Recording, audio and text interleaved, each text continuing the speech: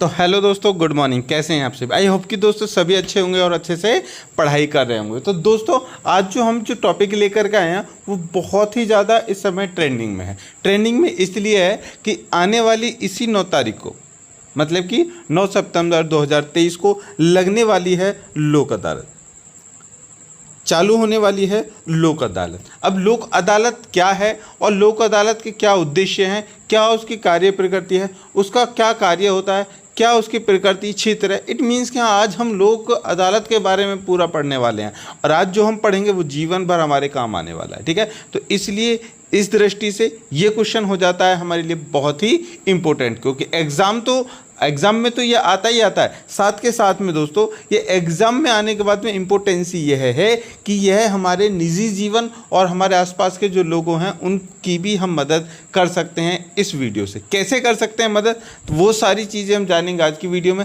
सबसे पहले मैं स्वागत करता हूं आप सभी का हमारे YouTube channel law life by MD की तरफ से। तो चलिए स्टार्ट करते हैं आज की इस अमेजिंग और डिलाइटफुल वीडियो का। दोस्तों आज की जो चर्चा हम कर रहे हैं वो आप देख रहे हैं कि लोक अदालत। ठीक है, तो चलिए स्टार्ट करते हैं कि क्या है लोक अदालत, इसके बारे में। तो दोस्तों सबसे पहले लोक अदालत क्या है, एक क्वेश्चन हमारे माइंड में आना चाहिए कि लोक अदालत भारत में वैकल्पिक विवाद समाधान तंत्र, मतलब कि हमारे देश में जितने विवाद होते हैं उन सब का निपटारा करने के लिए अदालतें हैं, लेकिन यह है लोक अदालत। ठीक है, तो क्या ऐसा भी कोई विकल्प है कि हमें बिना कोर्ट जाए, मतलब कि तारीख पे तारीख जो चलती रहती हैं जब सब, उनको रोक करके कोई ऐसा पॉइंट है जिससे हम अपने समाधान अपने मतलब जो भी विवाद है उसका समाधान कर सकते हैं? तो हम कहेंगे बिल्कुल जी हाँ, लोक अदालत। कैसे, चलिए स्टार्ट करते हैं आगे। तो क्या है लोक अदालत, तो उसका पहले हम देख लेते हैं परिचय। देखिए दोस्तों, लोक अदालत वैकल्पिक विवाद निवारण तंत्रों में से एक है। वैकल्पिक विवाद निवारण तंत्र का मतलब होता है कि जब हमारे पास में कोई ऑप्शन ना हो तो एक विकल्प यह भी है। यह एक ऐसा मंच है जहां कानून की अदालत में या पूर्व मुकदमेबाजी के स्तर पर लंबित विवादों मामलों का सौहार्दपूर्ण ढंग से निपटारा समझौता किया जाता है। लोक अदालतों को कानूनी सेवा प्राधिकरण अधिनियम 1987 के तहत वैधानिक दर्जा दिया गया है। उक्त अधिनियम के तहत लोक अदालतों द्वारा किए गए निर्णय को एक सिविल कोर्ट का एक डिक्री मानी जाती है और अंतिम और सभी पक्षों पर बाध्यकारी होता है, और इस तरह एक पुरस्कार के खिलाफ कोई भी किसी भी अदालत में अपील नहीं होती। इट मीन्स के दोस्तों कि लोक अदालत एक ऐसा मंच है जहां पर जाकर के आप अपनी समस्याओं को रख सकते हो, और रखने के बाद में दो पक्ष होते हैं, दोनों पक्ष अपनी समस्या रखेंगे और उसका वहां पर तुरंत ही निवारण कर देते हैं, और उसके बाद में वहां से वो एक आदेश देते हैं कि तुम्हारे जो भी विवाद था इसका ये फैसला हुआ है, जिसको इसमें जो दिया गया है डिक्री, ठीक है, तो वो मान्य होता है दोनों पक्षों के। ये किसी के ऊपर प्रेशर नहीं होता है, मतलब कि बाध्यकारी नहीं होता है। दोनों जो पक्ष होते हैं वो अपने बिल्कुल मन से ये काम करते हैं। ठीक है, कर सकते हैं, और ये होने के बाद में जो डिक्री मिल जाती है तो इसके खिलाफ आप फिर उसके ऊपर कोई भी मुकदमा या किसी भी तरह की समस्या समाधान नहीं होता। ठीक है, चलिए आगे चलते हैं।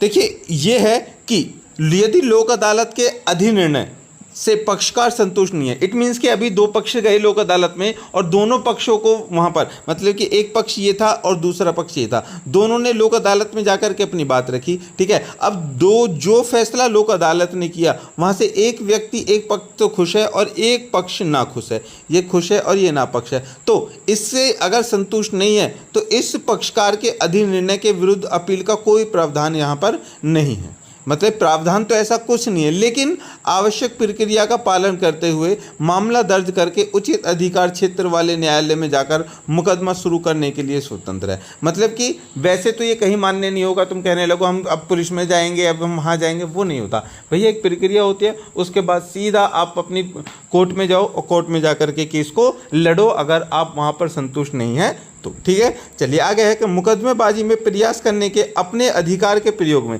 मतलब जो मुकदमा आपने किया है उससे आप जो फैसला आया है, जो डिक्री है, उससे आप खुश नहीं हैं तो उसके अधिकार के प्रयोग, मतलब कि यह अधिकार आपके लिए है कि अगर वहाँ पर आप खुश नहीं हैं तो उसके अधिकार में लोक अदालत में मामला दायर करने पर कोई न्यायालय शुल्क देय नहीं होता। अगर आपको ऐसा लगता है कि वो न्यायालय में जाकर के वो करते, देखो वहाँ पर फ्री है, कोई भी वहाँ पर पैसा नहीं लगता। यदि न्यायालय में लंबित कोई मामला लोक अदालत में भेजा जाता है, मतलब बहुत दिनों से जो न्यायालय में मामला चल रहा है वो लोक अदालत में अगर भेज दिया जाए तो उसका बाद में निपटारा हो जाता है।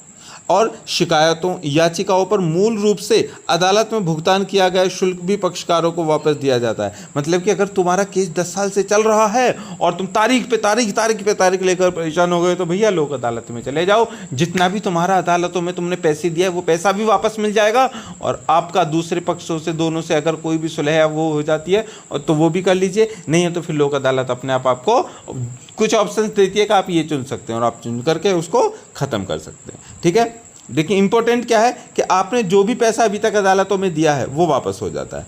आगे है कि लोक अदालतों में वादों का निर्णय करने वाले व्यक्तियों को लोक अदालतों का सदस्य कहा जाता है। मतलब कि जो वहाँ पर जज के रोल में होते हैं, उनकी केवल वैधानिक सुलहकर्ताओं को भूमिका होती है। मतलब कि वो वैध हैं, लीगल तौर से वो सुलह करता है, मतलब कि आपकी समस्याओं को सुनेंगे और उस पर लीगल हैं, वो गैर कानूनी नहीं है, कानूनी रूप से वो उनका सुलह करेंगे और उनकी कोई न्यायिक भूमिका नहीं होती। मतलब कि न्यायालय में जाकर के कोई ऐसा नहीं है कि वो जज है, लेकिन वो सुलह करता है, वो तुम्हारी सुलह करा रहे हैं। इसलिए वे लोक अदालत में अदालत के बाहर विवाद को सुलझाने के लिए पक्षकारों को केवल एक निष्कर्ष पर आने के लिए राजी कर सकते हैं और प्रत्यक्ष या अप्रत्यक्ष रूप से मामलों को समझौता करने या निपटाने के लिए किसी भी पक्ष पर दबाव या कोई भी दबाव नहीं डालेंगे। इट मीन्स इसका पॉइंट ये है, मैं आपको बता देता हूँ कि देखिए, जब आप अदालत समझो कि ये अदालत है, यहाँ पर अदालत है, एक पक्ष ये है, दूसरा पक्ष ये है, ये जाते हैं, तो यहाँ क्या होते हैं, कुछ सलाहकार होते हैं, सलाहकार, वो तुम दोनों को अपने एक साथ में ले जाएंगे। ठीक है,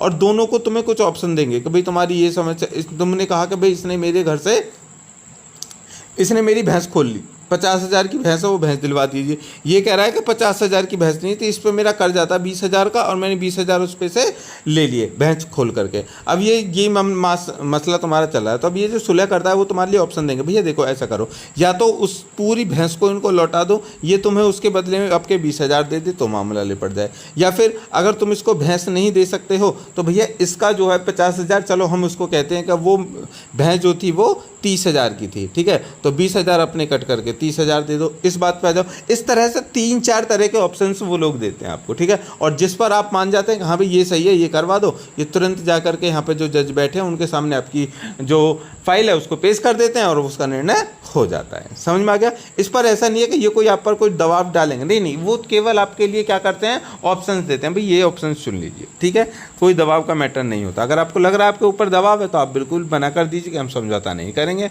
हम लोक अदालत में नहीं आएंगे। ठीक है, चलिए आगे बढ़ें। चलिए देखिए, लोक अदालत में इस प्रकार निर्दिष्ट मामले को अपने उदाहरण पर तय नहीं करेगी, बल्कि पक्षों के बीच समझौते या समझौते का आधार पर तय की जाएगी।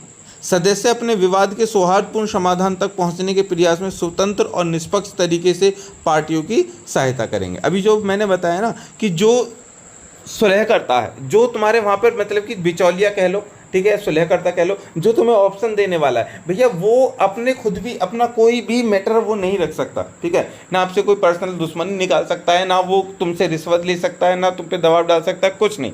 ठीक है, वो बस मदद करेगा, आप दोनों के जो मसला नहीं सुलझ रहा उसको सुलझाने के लिए प्रयास करेगा। ठीक है, और आपको लगता है कि उनका प्रयास सही है तो ही आप एग्री कीजिए, वरना मत करना। ठीक है, चलिए आगे बढ़ते हैं। देखिए, लोक अदालत न्याय व्यवस्था की एक प्रणाली है। ठीक है दोस्तों, मतलब न्याय जो है ना वो कोर्ट के तरह जो होते हैं उसी की तरह एक प्रणाली है जो लोगों को सस्ते और त्वरित न्याय देने की समस्या से जूझने के लिए अस्तित्व में आई। मतलब कि लोक अदालत जो है वो न्यायिक व्यवस्था ही है। ठीक है, वो अस्तित्व में आई क्यों? इसलिए कि आपको जो न्याय मिल रहा है ना वो भैया सस्ते में मिल जाए और जल्दी मिल जाए। ऐसा नहीं है कि तुम न्याय भी बहुत महंगा है भैया, वकील किए हैं और 10 साल से तुम्हारा जो भी केस है वो चल रहा है, सुलझानी है, नहीं, वहाँ पर तुरंत समाधान, कम फीस। ठीक है, तो लोक अदालत जैसा कि नाम से ही पता चलता है कि इसका मतलब है लोगों की अदालत। लोक अदालत का अर्थ है लोगों, और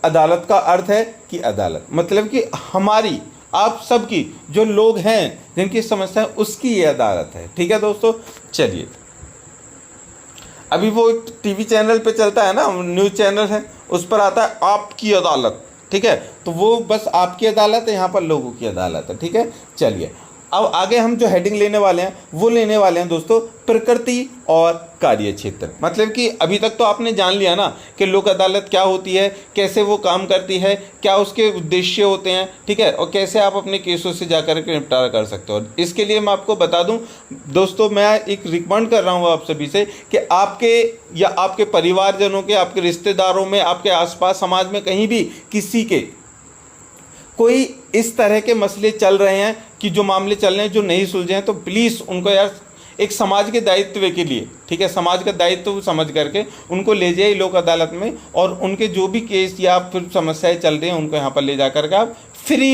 फ्री ऑफ कॉस्ट उनको निपटाइए, ठीक है। चलिए आगे बढ़ें प्रकृति और